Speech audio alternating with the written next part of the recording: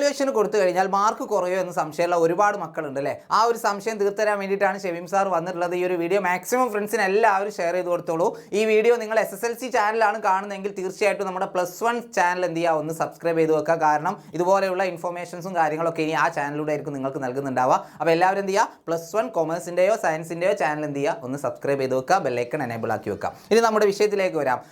റിവാലുവേഷന് കൊടുത്തു കഴിഞ്ഞാൽ മാർക്ക് കുറയോ എന്നുള്ളത് അല്ലേ? പലർക്കും ഇപ്പോൾ പേടിയാണ് റിവാലുവേഷന് കൊടുക്കാൻ. അതായത് ചില ന്യൂസ് ഇങ്ങനെ എയറിലുണ്ട്, അതായത് റിവാലുവേഷന് കൊടുത്തു കഴിഞ്ഞാൽ മാർക്ക് കുറയും, ആ രീതിയിലുള്ള വാർത്തകൾ എന്ത് ചെയ്യുന്നുണ്ട്, പ്രചരിക്കപ്പെടുന്നുണ്ട്. അപ്പോൾ മക്കളെ, ഒരു ടെൻഷനും അടിക്കണ്ട.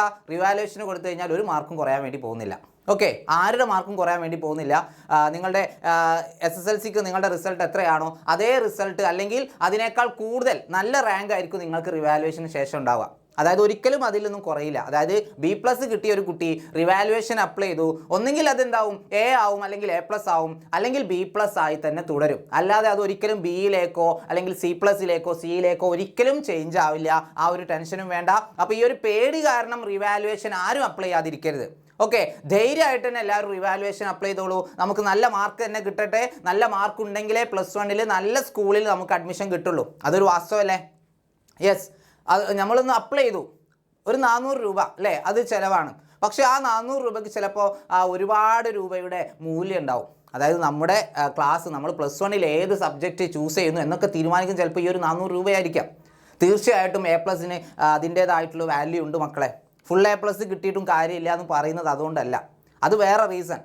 എന്തായാലും നല്ല മാർക്ക് ഉണ്ടെങ്കിൽ നല്ല സ്കൂളിൽ നമുക്ക് ധൈര്യമായിട്ട് അപ്ലൈ ചെയ്യാം. അപ്പോൾ തീർച്ചയായിട്ടും എല്ലാവരും എന്ത് ചെയ്യുക, നിങ്ങൾക്ക് ഉറപ്പുള്ള സബ്ജക്റ്റുകൾ അല്ലെങ്കിൽ ഒരു സംശയമുള്ള സബ്ജക്റ്റുകളൊക്കെ നിങ്ങൾ റിവാലുവേഷന് വേണ്ടിയിട്ട് അപ്ലൈ ചെയ്യുക.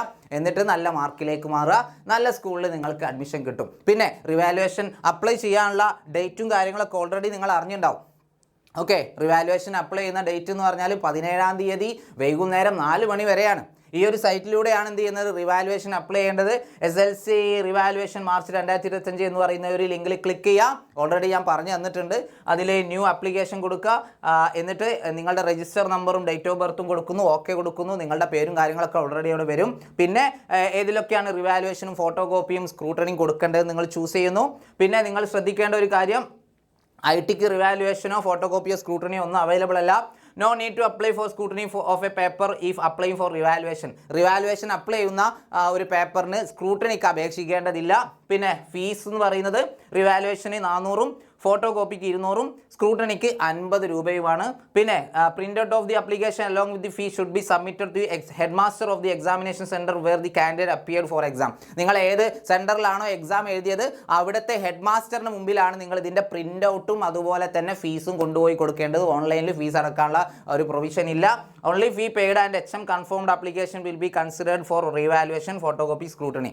നമ്മൾ ഫീസ് കൊടുത്താലും കാര്യമില്ല, HM അതെന്ത് ചെയ്യണം, കൺഫേം ചെയ്യണം.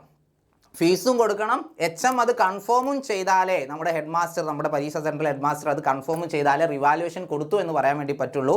അപ്പോൾ തീർച്ചയായിട്ടും HMൻ്റെ കയ്യിൽ നിങ്ങൾ ഏൽപ്പിച്ചിട്ടുണ്ടെങ്കിൽ അവർ തീർച്ചയായിട്ടും അത് കൺഫേം ചെയ്യും മക്കളെ. ഓക്കെ, അപ്പോൾ ഈ ഒരു പേടി ഉള്ളത് കൊണ്ട്, അതായത് മാർക്ക് കുറയും എന്നുള്ള പേടി ഉള്ളത് കൊണ്ട് ആരും റിവാലുവേഷൻ കൊടുക്കാതിരിക്കരുത്. ഒരിക്കലും നിങ്ങളുടെ മാർക്ക് കുറയാൻ വേണ്ടി പോകുന്നില്ല.